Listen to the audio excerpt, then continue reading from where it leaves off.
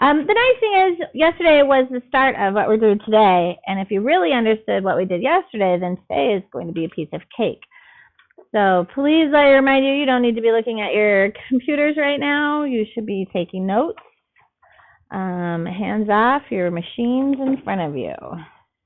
All right, so today we're talking about the counting principle, and we want to use the counting principle to determine the total number of outcomes of an event. This is what we did yesterday.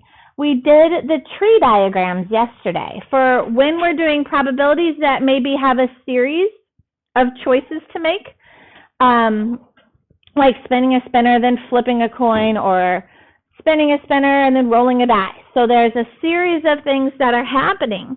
And we want to know how many possible outcomes are there. Well, doing a tree diagram is exhausting, right? Like, you didn't have very many to do yesterday. You worked really hard and did a good job, but it can be kind of exhausting. So yesterday we had these questions, and if you turn back, we had days of the week, and we had, then a coin is tossed. How many outcomes were there? You have it on your paper, right? Flip back a page. 14. There were 14 outcomes. Well, that's kind of interesting. Hold on, let me turn back. Let's go to the front page. So flipping back to our tree diagrams, here we had the spinner here is spun 2 times. And we got 9 outcomes. How many options? There were 3 options for the first spin, and then how many options for the second spin? 3. Oh, all right. Let's look at number 2. Number 2, we had buttered or unbuttered popcorn. How many options is that? 2 options. And then we had small, medium, and large. How many options is that? 3. Ooh. Oh. Here we had, number 3, we had chocolate versus vanilla. How many options is that? 2 options. And then we had sprinkles, peanuts, granola, and M&Ms, which is how many options? 4. And, oh, are you seeing a pattern here? Yes. Yeah, what's the pattern? Multiplication. That's all it is. And so we learned how to do the tree diagrams, and I'm glad that we took the time to do that, because it leads us right to the counting principle, which is used to find the total number of outcomes. And if we want to find that, that's really important to understand. So if an activity can occur in ways and another activity can occur in ways, then both activities can occur m times n. It's very mathematical. All we have to do is multiply the number of choices. Multiply the number of choices that we have, okay? And that is the counting principle. And again, if you want to prove it to yourself, you can draw a tree diagram. Or you can just know that we just multiply, okay? So, to figure out all these different things, to leave her office, Karen can choose between 3 sets of stairs and 7 different doors. How many ways can she leave her office? 21. How'd you get 21? Multiplied. 3 times 7 is 21 different outcomes. That's it. So there's a whole lot of pathways. All right? So she's got a lot of different ways to leave every single day. All right, a sweater comes in 4 sizes and 8 colors. How many different sweaters are possible? How'd you get 32? Multiply 4 times 8 is 32 different sweaters. That's crazy, right? Now, I do this every time I go to a restaurant. When they go, hey, what's your topping? What do you want on your hamburger? All right, do you want a single or a double patty? Do you want lettuce? Oh, do you want cheese? What kinds of cheese? How many different kinds of cheese are there? All right. And then do you want lettuce, tomato, onions, pickles, mayonnaise, mustard, mayo? Like so so many hamburger combinations. It's unbelievable. All right. So a class has 11 boys and 16 girls. How many ways can the teacher choose one boy and one girl? Well, how many different boys could we choose from? There's 11 boys to choose from. How many girls are there to choose from? 16. All right, 11 times 16, 176 is right. All right, a dinner menu, I love these. A dinner menu consists of 5 appetizers, 12 entrees, and 3 desserts. How many ways can someone order? 1 appetizer, 1 entree, and 1 dessert. How'd you get that? How many choices of appetizer do we have?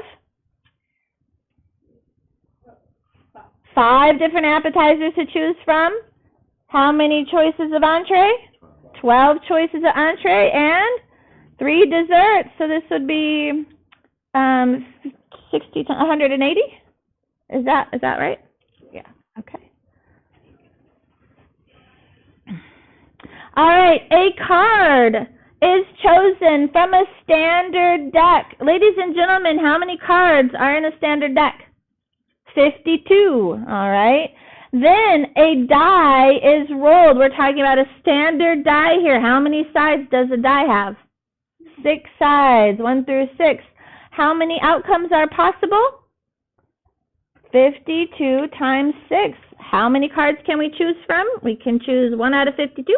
And then how many die? 1 out of 6. So we just multiply. I don't know. 52 times 6. I need my calculator. 312. A quarter is tossed. Oops. A quarter. Oh, man.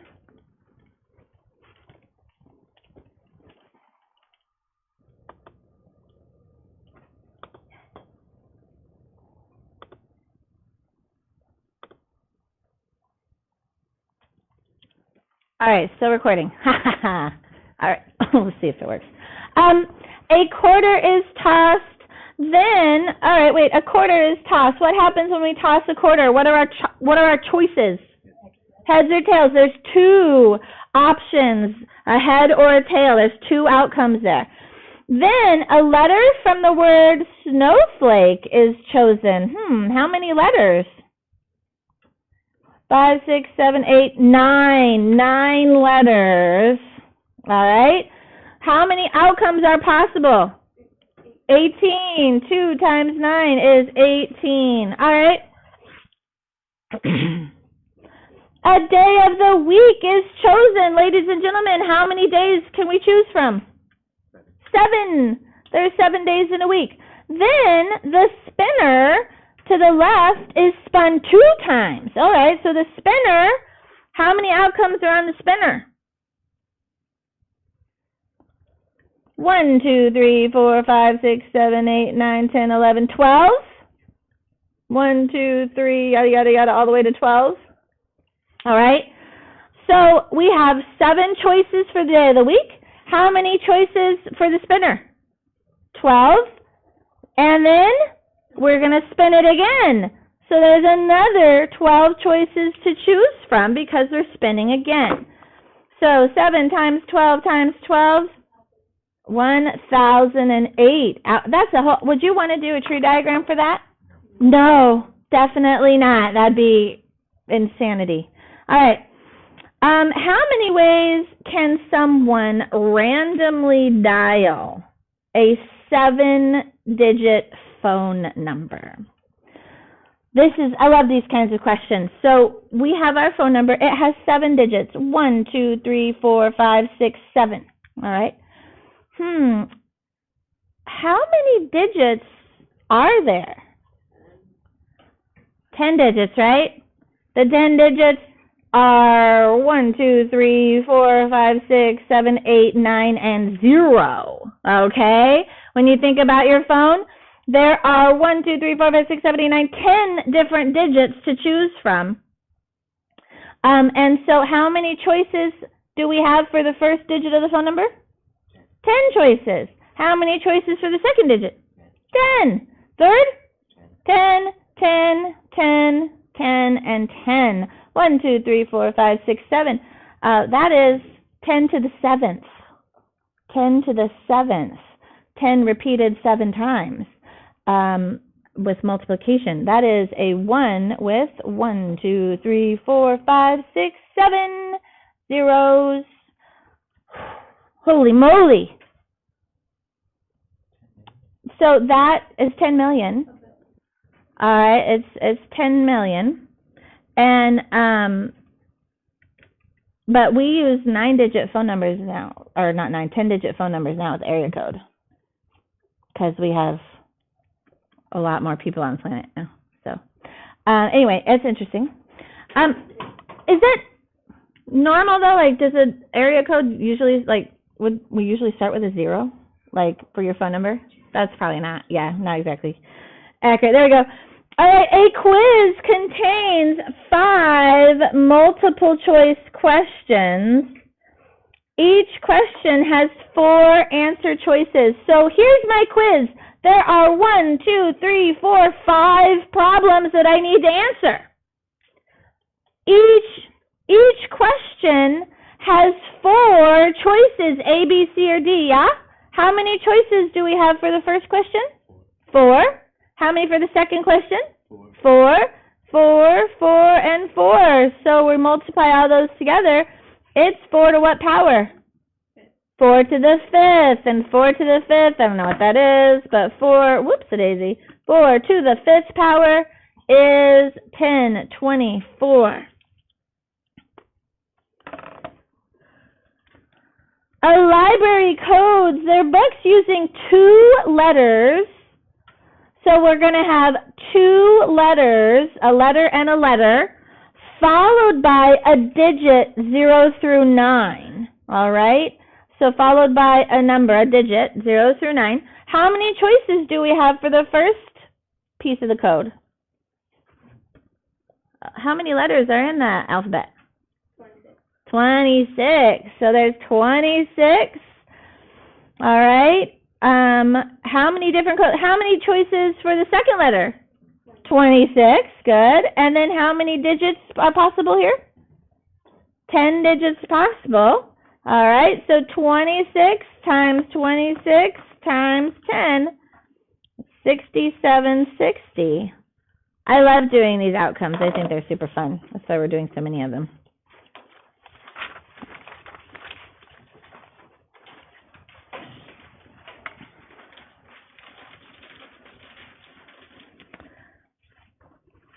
All right, I think I don't need to do these 2. All right.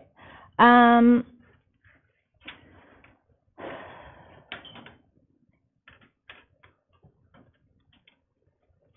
I don't know that I want to do...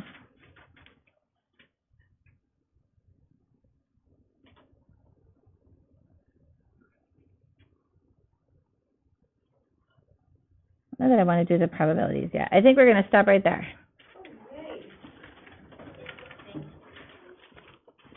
All right.